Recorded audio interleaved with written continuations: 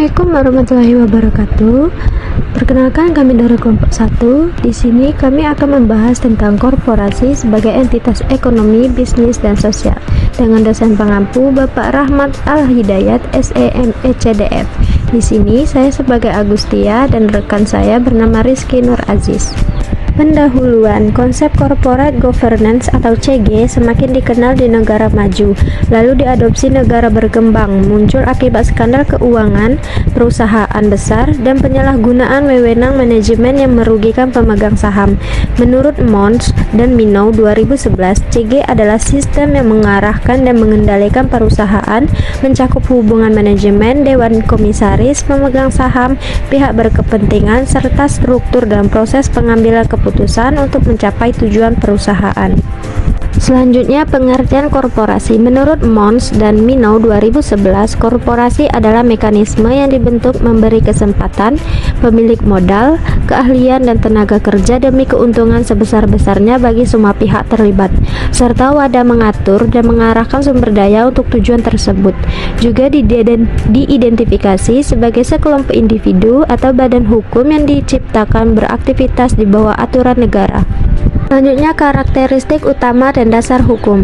Yang pertama, subjek hukum dengan kedudukan khusus. Yang kedua, masa hidup tidak terbatas. Ketiga, memperoleh kuasa negara untuk aktivitas bisnis tertentu. Yang keempat, dimiliki pemegang saham. Yang kelima, tanggung jawab pemilik terbatas nominal saham.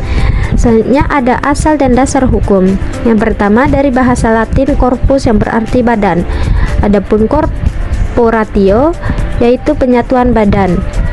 Yang kedua, Undang-Undang Nomor 15 Tahun 2002, Jo Undang-Undang Nomor 25 Tahun 2003 menyatakan korporasi adalah kumpulan orang atau kekayaan yang terorganisir baik berbadan hukum maupun bukan badan hukum.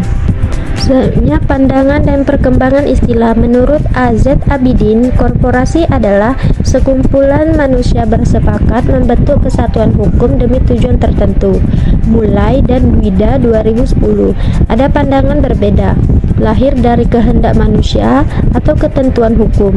Dalam hukum pidana mencakup kelompok terorganisir selain badan hukum.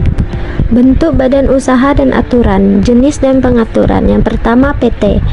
Di Undang-Undang Nomor 40 Tahun 2007, modal berupa saham, tanggung jawab terbatas nilai saham.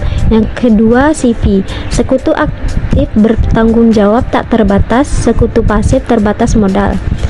Yang ketiga, firma, beroperasi atas nama bersama, semua anggota tanggung jawab tanggung renteng. Lainnya, koperasi, BUMN, yayasan, persekutuan, perdata.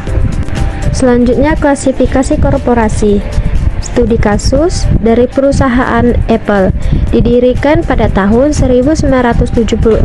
Steve Jobs dan Wozniak berkembang jadi raksasa teknologi. Pernah konflik internal dan pergantian pimpinan, namun status korporasi tetap berdiri sendiri, terus menyeimbangkan keuntungan, inovasi, tanggung jawab lingkungan, dan kesejahteraan karyawan. Yang selanjutnya yaitu peran dan tujuan ideal. Korporasi memenuhi kebutuhan dasar manusia, mengembangkan kemampuan dan pengetahuan, menciptakan nilai bermanfaat luas.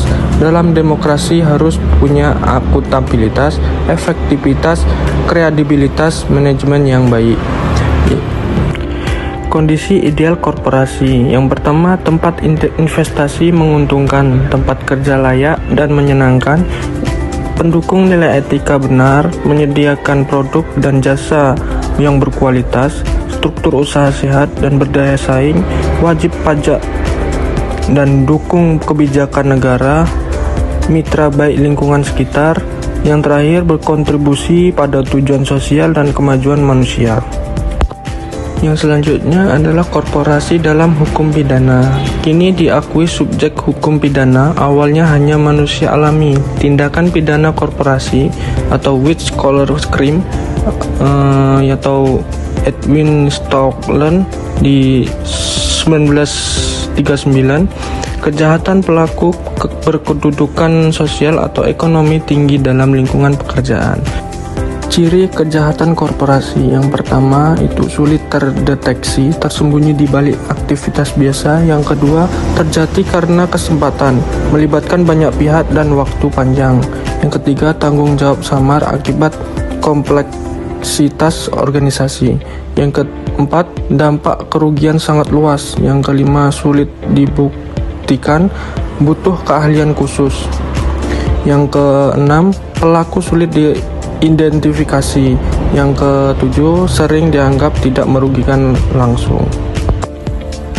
Badan Hukum dan Etika Bisnis. Badan hukum lahir dari kebutuhan hukum untuk kegiatan tak biasa dilakukan perorangan. Punya hak, kewajiban, harta terpisah, bisa menuntut dan dituntut. Pandangan ahli yang pertama itu ada outrage atau pendukung hak atau kewajiban layaknya manusia. Yang kedua, subjektif. Perkumpulan berhak bertindak hukum, punya harta sendiri. Yang ketiga itu sumtiro, bisa memiliki hak atau kewajiban layaknya orang perorangan. Yang keempat, sidir ali, meliputi organisasi, tindak hukum, harta, pengurus, hak kewajiban berperkara.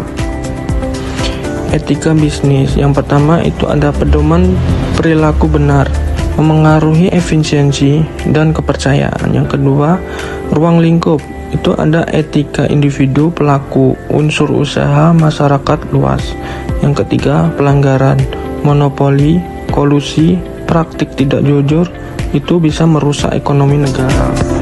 Kesimpulan, korporasi adalah kumpulan orang atau kekayaan yang terorganisir baik berbadan hukum maupun bukan, yang berkedudukan setara manusia alami di mata hukum. Korporasi berperan sebagai entitas ekonomi, bisnis sekaligus sosial yang memiliki hak kewajiban dan tanggung jawab hukum penuh. Oleh karena itu, segala kegiatannya harus didasari oleh kepatuhan terhadap peraturan perundang-undangan serta penerapan etika bisnis yang baik demi menjaga keseimbangan antara keuntungan usaha, kepentingan masyarakat, dan kemajuan bersama.